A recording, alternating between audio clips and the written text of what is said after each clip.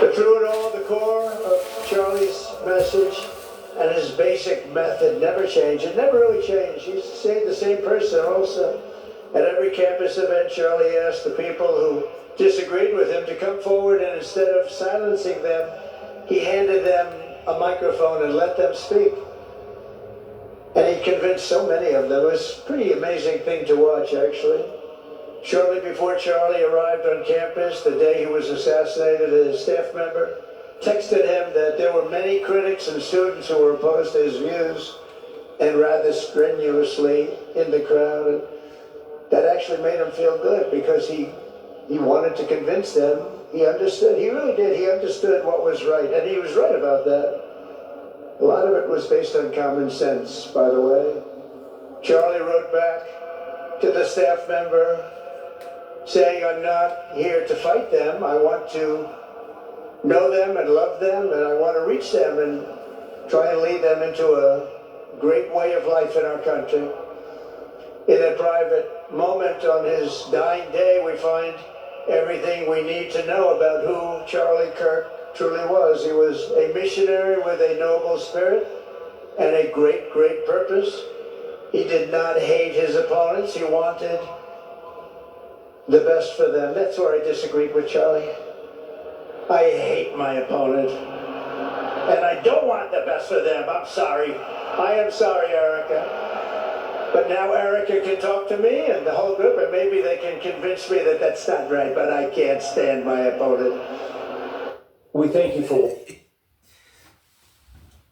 America. This is Elder G again. America. I'm talking to the 77 million Americans that voted for a criminal, 34 felonies, twice impeached, convicted of sexual assault, corporation convicted of fraud, 6-time bankrupt, and you gonna say that he was the best man to become president? You can't work at a bank with a felony. You can't work at a school. You can't even be a janitor at a school. With sexual assault, you shouldn't even be letting Donald Trump come nowhere near your 13 or 14-year-old or 15-year-old. And when you had a choice between Kamala Harris and Donald Trump, you picked the pedophile. You picked the 34 felonies. I don't know nobody that got 34 felonies. Conviction. And then go to jail for nothing. Police died on January 6th. 1,600 people got convicted. A lot of them pleaded guilty. And Trump just gave them a pardon and made them ICE agents. He building concentration camps. He told you he was going to do it when he was running. He told you for 4 years. And you hate this country, and you hate the Constitution, that black and brown people's got freedom. You rather have a dictator than to have a good God-fearing person like Kamala Harris. And here this man is, it was supposed to be his friend memorial, saying that Charlie Kirk forgave the people. He welcomed the different comments and all that. And they both white nationalists.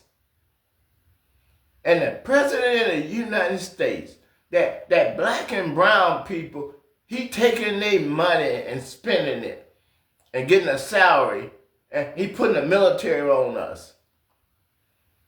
The FBI director, Homeland Security director, and the Attorney General all was part of the January 6th to overthrow the government, and that's who he put in charge. Everybody that he put in charge is criminals. 77 million people, all different races. hate women so much, hate women so much, hate women so much, that they will put a convicted racist criminal in the White House instead of a woman. You can't get no more low down than that. You can't get no more prejudice than a woman, a mother, a wife, a mother, a grandmother, or a great-grandmother. The person that cook your food and take care of your house. You rather put a convicted person that been convicted of sexual assault, twice impeached, 34 felony, bankruptcy, all of that. How important a woman is to a family. You care more, you hate that woman so much that you'll put one of the biggest criminals in the world into office. And then he gonna go to a memorial and claim that he's the chosen one. Donald Trump is the one that said he's the chosen one in the Rose Garden. The chosen one means that he's Christ. He's the second coming of Christ. That's why he said, can't nobody fix things but him. Because he thinks he God. That's what he means. When he talking about he's the only one that can fix it. He's the only one that can bring down inflation. He's the only one that can stop the 2 wars. And coming to find out that 77 million people couldn't even see that he's a fraudster. 77 million people voted for the biggest criminal in the country, and they're going to say they believe in law and order. Did you see all the police that the MAGA beat at the Capitol on January 6th? 5 people died. 4 of them committed suicide. You see what they did with the big beautiful bill? In Arkansas, at least 5 people, because they lost everything because of Donald Trump, 5 people died, committed suicide, because they believed in their Messiah, when it was nothing but a lie. You can't tell me nothing. You can't tell me nothing. You see how they did in Arizona? These good old Christians that gather for Charlie Kirk, you see all that garbage and everything they left outside the arena? It looked just like trailer park trash. And they talking about black and brown people. America, I know you can see, the whole world see you now. Because of social media, the whole world see you. Everybody know who you are now. You're white supremacy. You're white national. You think that you're better than other races. But you're getting ready to find out it's not true. You're getting ready to find out that you ain't what you thought you were. You get ready to find out